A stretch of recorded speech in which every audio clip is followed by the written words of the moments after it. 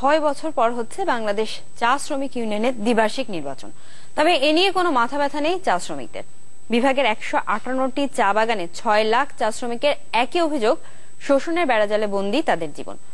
শ্রমিক নেতা কিংবা মালিক কেউ ভাবেন না তাদের উন্নয়ন আর অধিকারের কথা। এরই মধ্যে নির্বাচন আসে আর যায়, কিন্তু জীবনমানের হয় না কোনো পরিবর্তন। চা বাঙালির জীবনে এক সার্বজনীন পানীয়।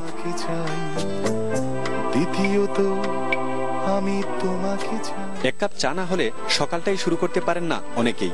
তাই বাসাবাড়ি থেকে পাড়ার দোকান সবখানেই যেন এই পানীয় রাজত্ব।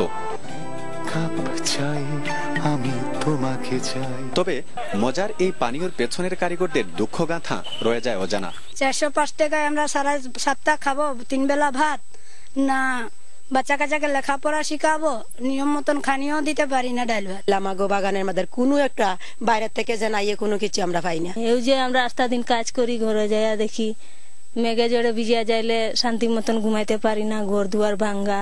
নির্বাচন এলে অধিকার আদায়, ন্যায্য মজুরি ও জীবনের মানের উন্নয়নের নানা প্রতিশ্রুতি মেলে নেতাদের কাছ থেকে, কিন্তু ভোটের পর প্রতিশ্রুতি পূরণে কথা রাখেন না কেউই।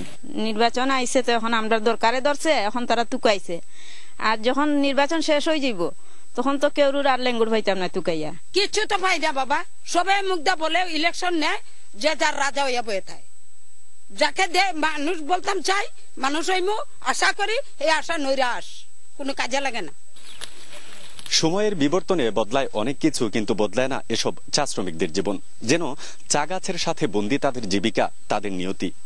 শত বছরের লাঞ্ছনায় পুড়ে যাওয়া এই তামাটে মানুষগুলোর দিকে যেমন মুখ তুলে তাকান না তাদের ভাগ্যদেবী, তেমনি বাগানের মালিক কিংবা শ্রমিক নেতারাও। গুলজার আহমেদ, চ্যানেল 24, সিলেট।